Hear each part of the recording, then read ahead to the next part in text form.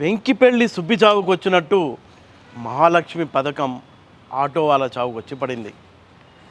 ఈ పథకం ప్రకటించిన తర్వాత డిసెంబర్ 24, 2023 నుంచి జనవరి 26 వరకు 13 మంది ఆటో వాళ్ళలు గుండె ఆగి చచ్చారు.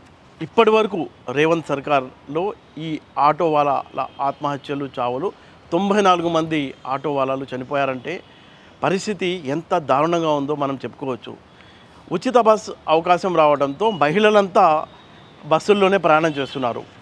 మనం చూసాం గ్రామీణ ప్రాంతాల్లో ఏముంటుందంటే ఒక ప్రాంతానికి నుంచి ఇంకో ప్రాంతానికి వెళ్ళడానికి చాలామంది షేర్ ఆటోల్లో ఎక్కి వెళ్తూ ఉంటారు.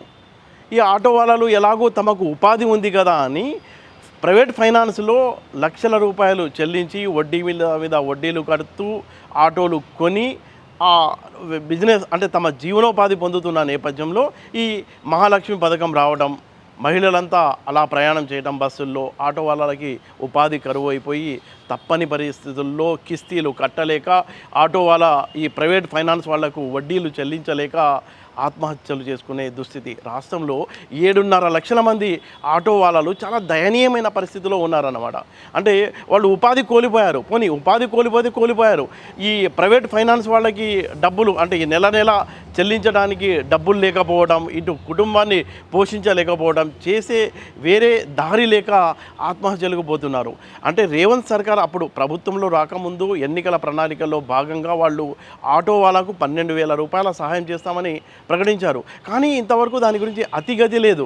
ఆ ఆటో వాళ్ళకు 12,000 రూపాయలు ఇచ్చే బదులు పైగా ఈ మహాలక్ష్మి పథకం రావడంతో ఉన్న ఉపాధి కాస్త గల్లంతైపోయింది.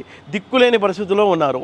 అయితే ఈ స్థితిలో అసలు వాళ్ళ గురించి మానవత్వంతో ప్రభుత్వం ఆలోచించడం లేదని, రేవంత్ నువ్వు ఏం చేశావు, ఇంత దారుణంగా ఉంది, అప్పుడు గతంలో రాహుల్ గాంధీ ఇచ్చిన హామీ కూడా అమలు చేయడం లేదు, ఆటో వాళ్ళపై చాలా నిర్దయగా వ్యవహరిస్తున్నారు, వాళ్లకు సంబంధించి వెంటనే నువ్వు చెప్పిన హామీని 12,000 రూపాయలను విడుదల చేయాలి, అలాగే ఆటో వాళ్ళ కోసం ఒక సంక్షేమ బోర్డు ఏర్పాటు చేయాలి, కళ్ళు తెరిచి చూడు, ఇప్పటి వరకు 94 మంది ఆటో వాళ్ళలు ఆత్మహత్యలు చేసుకునే దుస్థితి ఉంది.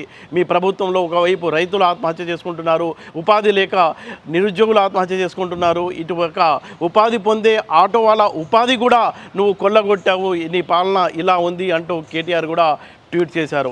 మనం చూడొచ్చు ఎంత దయనీయమైన అంటే ఒక ఏడాదిలో ఈ రేవంత్ రెడ్డి పాలనలో ఉద్యోగాలు రాకపోవడం ఒక ఎత్తు అయితే, స్వయం ఉపాధితో ఆటో నడుపుకుంటూ జీవనం గడుపుకుంటున్న వాళ్ళకి కూడా దాదాపుగా 7.5 లక్షల మంది ఆటో వాళ్ళు ఈరోజు రోడ్డు మీద పడే దుస్థితి ఉంది.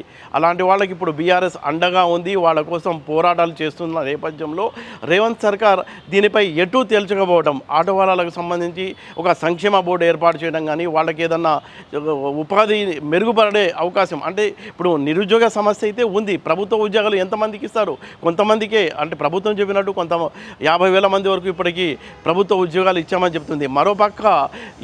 మరోపక్క అంటే సెల్ఫ్ ఎంప్లాయ్మెంట్లో ఆటోలు నడుపుకుంటూ వాళ్ళ జీవనం గడుపుతున్న నేపథ్యంలో, అంటే ఇప్పుడు పేదవాళ్ళు ఉంటారు, వాళ్ళు ఆటో నడిపి జీవనోపాధి పొందుతూ ఉంటారు. అంటే వాళ్ళ దగ్గర డబ్బు ఉండదు. ఆ డబ్బు అంటే ప్రభుత్వమే వాళ్ళకి ఏమైనా లోన్లు ఇస్తే వాళ్ళు ఆటో కొన్నారా? అలాంటిది లేదు.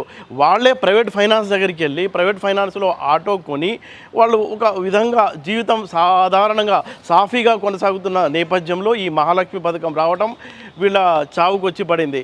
దాదాపుగా ఇప్పటివరకు 94 మంది ఆటో వాళ్ళలు ఆత్మహత్యలు చేసుకోవడం కానీ, గుండెపోటుతో అంటే ఈ ప్రైవేట్ ఫైనాన్సర్ల ప్రెజర్ తట్టుకోలేక చనిపోయిన సంఘటనలు ఇప్పటి వరకు మన తెలంగాణ రాష్ట్రంలో 94 జరిగాయి. ఈ ఇష్యూని చాలా సీరియస్గా తీసుకుని ప్రభుత్వం ఇప్పటికైనా స్పందించకపోతే భారీ మూల్యం చెల్లించుకోక తప్పదని బీఆర్ఎస్ హెచ్చరిస్తుంది.